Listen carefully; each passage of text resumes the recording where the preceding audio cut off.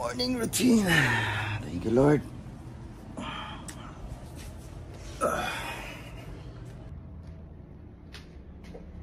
May sumabay na sa akin kagad.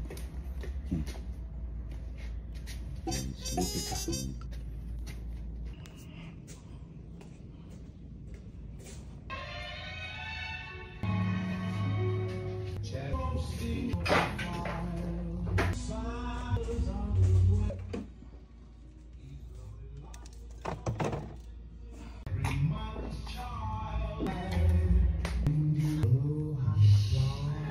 Water muna, fresh water.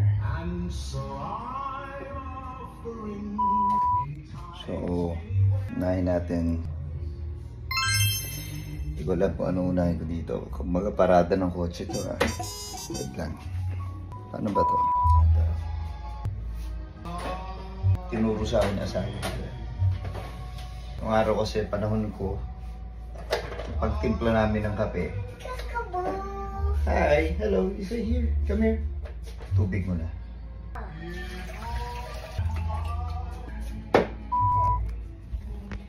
Diba? Then, to press this one. What are you doing? Wow. Paggawa natin ng coffee nung araw, di ba? Okay, ah. Kaya pala yung anak ko masyadong talagang nahook dito sa coffee maker. So, coffee na.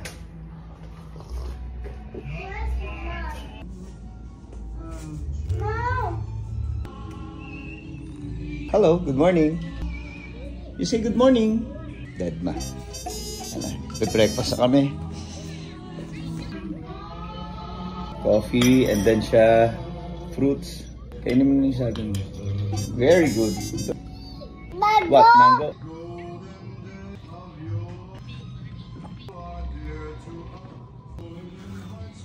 Hi everyone.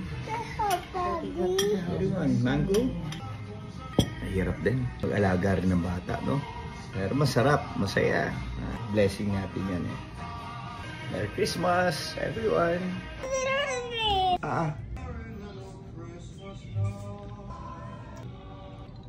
Say hi. Good morning. Good morning. Okay. Okay, ma'am. Smile, ha? Tapos yan. Wow! No. Okay, good job, Daddy.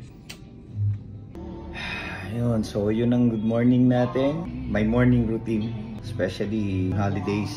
Christmas Eve. Yes. Okay. Kami usually, masasabi ko, talagang sa bahay lang. Para ma-feel din natin yung spirit of Christmas. Lalo na siguro yung mga OFW, yung mga nasa abroad, malayo sa pamilya nila. No? For sure, namimiss nila yung bahay nila. Kaya I hope this video na ginawa ko reminds na talagang family first.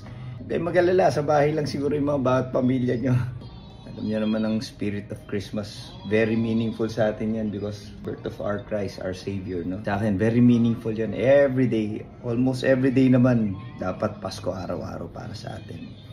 So yun, ito, coffee muna.